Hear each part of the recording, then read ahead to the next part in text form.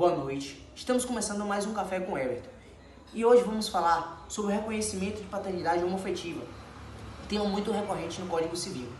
E quando falamos desse tema, vale lembrar das pessoas que viviam à margem da sociedade, viviam refém da sociedade, muitas vezes escondidas. Isso começou a mudar com o novo Código de Processo Civil de 2015, Código Civil de 2015, e a Constituição Federal de 1988, juntamente com o direito de família, que veio se aprofundando muito nesse tema. Então é muito importante falar sobre esse tema, um tema muito importante para as pessoas que se identificam com o LGBTQI+, e falar um pouco das variações e transformações que vêm decorrendo desse tema. É importante falar sobre o STF e a sua súmula de 2011, que veio reconhecer as pessoas homoafetivas. E é só apenas em 2013 que o Conselho Nacional de Justiça veio reconhecer a celebração, a união de pessoas do mesmo sexo, a união do casamento e a união da união estável. Então, com essas variações e transformações, veio muitas polêmicas. E como falar dessas polêmicas? O que engloba muito bem esse tema é justamente o registro de nascimento de casos de dupla paternidade, já que são omissas as leis e que não há regulamento que englobe no Código do Processo Brasileiro com relação a esse tema. E o provimento 63 do CNJ, também de 2013, veio justamente para acolher aqueles casais que resolvem ter o mesmo direito à licença maternidade, os mesmos dias. Já os casais homoafetivos de dois pais terão seus direitos relacionados aos pais que fazem a adoção, aos casais heterossexuais. Serão os mesmos direitos ao pai heterossexual que tem, por exemplo, a licença maternidade com relação ao seu filho adotivo. Esses casais homoafetivos terão os mesmos direitos apropriados.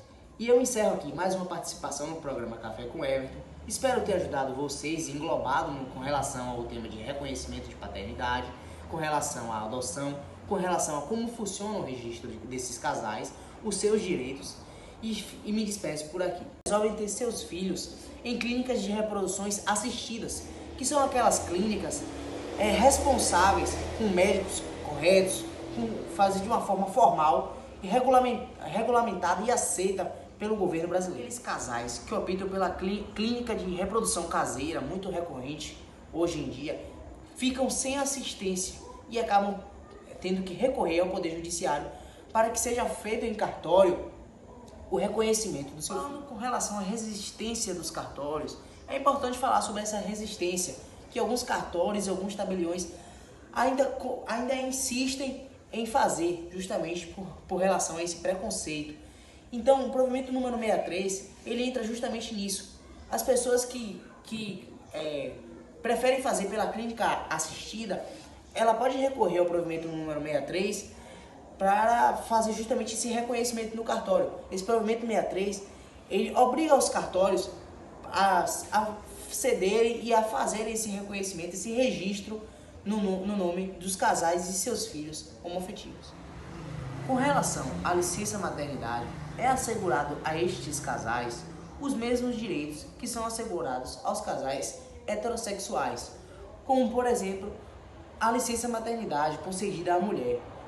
Com relação aos casais homoafetivos, essa mulher que vai fazer o processo de inseminação ou que vai adotar uma criança, também terá o mesmo direito. Boa noite, meu nome é Suzane Almeida e meu grupo ficou responsável pelo tema Dupla Paternidade e seus efeitos sociojurídicos. Antigamente, as relações familiares, onde o Código Civil de 1916 se fazia presente, eram parecidas com o contrato, não havendo espaço para as questões afetivas. A partir disso, as relações legais foram mudando com o passar do tempo, se adequando às mudanças da sociedade. Quando, na Constituição Federal de 88, já havia uma maior igualdade entre homens e mulheres. E também, nessa evolução, entendeu-se que os filhos deveriam ter igualdade.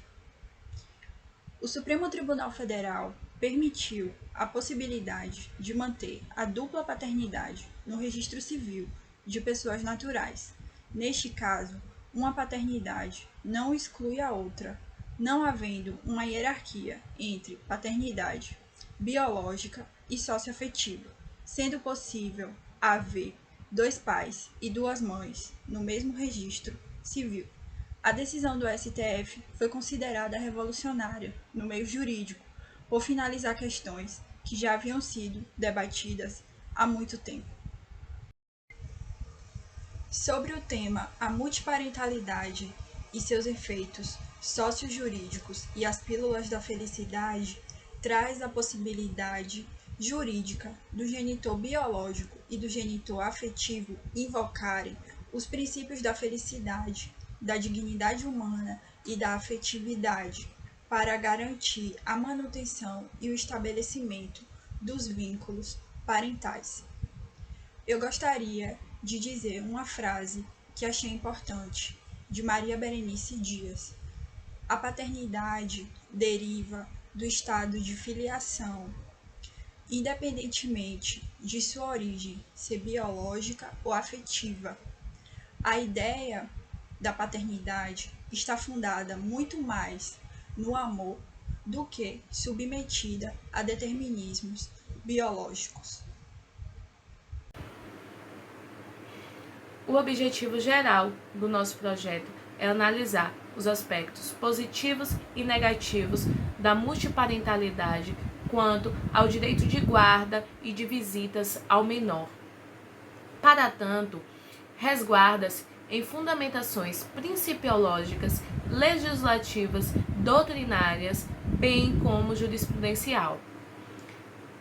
Já no nosso objetivo específico, viemos conceituar a dupla paternidade socioafetiva e a homoafetiva, analisar as formas de reconhecimento de paternidade, sendo elas a judicial e a voluntária, aplicar os princípios constitucionais da família na multiparentalidade, analisar jurisprudências, súmulas e os aspectos constitucionais e infraconstitucionais acerca da dupla paternidade e seus efeitos sociojurídicos.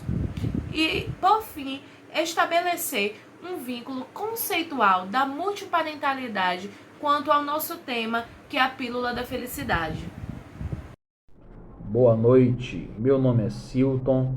Eu vou estar trazendo nesse momento uma conversação simplória, mas de grande proveito ao nosso conhecimento acadêmico, de uma temática que trata da multiparentalidade. A multiparentalidade nada mais é uma definição simplória que a dupla paternidade. Dupla paternidade esta que consubstancia a dois pais ou duas mães, dois indivíduos, os dois do mesmo sexo, os quais assumem a paternidade ou a maternidade de um menor. Não há no direito positivado base legal para essa fundamentação, para isso ainda, Mas nós encontramos em nossas pesquisas que os princípios constitucionais e infraconstitucionais, eles fundamentam algumas decisões jurisprudenciais emanadas do Superior Tribunal de Justiça, bem como decisões do Supremo Tribunal Federal.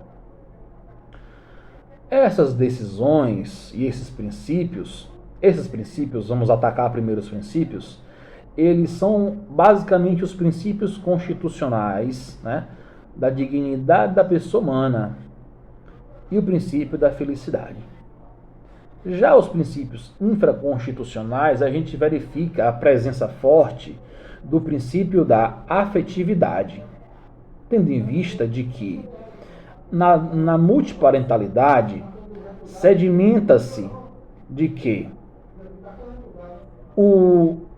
a família biológica não mais constitui uma espécie de fundação da família, de base familiar, mas família também é constituída por laços afetivos. Assim defende Maria Berenice Dias em seu posicionamento doutrinário. Também assim, dessa forma, defende o Supremo Superior Tribunal de Justiça em suas decisões. É possível, sim, ter-se uma família sólida, constituída por 2 pais ou 2 mães. É possível, sim, que casais homoafetivos eles venham a constituir famílias unidas por laços afetivos.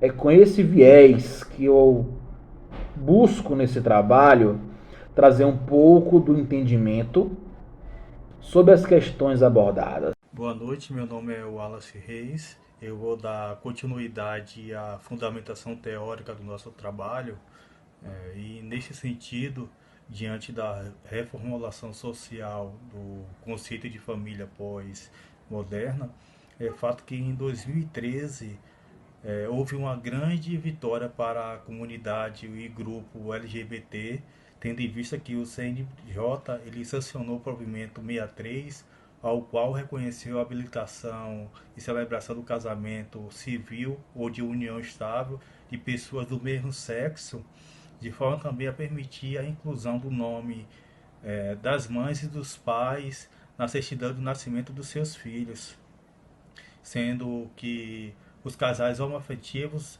também alcançaram o direito de constituir suas famílias. Assim, o elemento identificador da família passou a ter a presença do afeto, o qual une as pessoas de maneira que estas tenham os mesmos propósitos, os mesmos projetos de vidas e também gera o comprometimento mútuo, assim como leciona a escritora e jurista Maria Berenice Dias. Ao decorrer dos anos, a família ela mudou o seu núcleo, né? Deixou de ser apenas uma semi-econômica, passando a ser um espaço de amor, de expressão e afeto. E quando se fala de filiação socioafetiva, não raras às vezes, tem prevalecido a verdade biológica, vez que pelos princípios de busca da felicidade, da dignidade da pessoa humana e do princípio da afetividade, tem se considerado a convivência e o afeto ao determinar quem de fato é realmente o verdadeiro pai da criança, conforme preconiza Ramos. E com base já seguindo a orientação já supracitada da jurista Maria Berenice Dias, ao qual a mesma afirma que o vínculo constitutivo da família não se relaciona diretamente com laços genéticos, mas por meio do afeto, condição esta que na dupla paternidade é imprescindível a sobrevivência do nódulo familiar e sem o mesmo torna-se impossível a convivência no mesmo ambiente. E cumpre salientar ainda que o presente projeto de pesquisa ele não pretende exaurir todas as possibilidades existentes e atinentes aos princípios da leis e jurisprudência já existentes e aplicáveis à dupla paternidade e seus efeitos sociojurídicos, mas de maneira generalista exemplificar e informar e também estabelecer uma dialética entre os efeitos sociojurídicos na base positiva e também na base negativa, dentro do quesito da guarda e do exercício da autoridade plural e parental.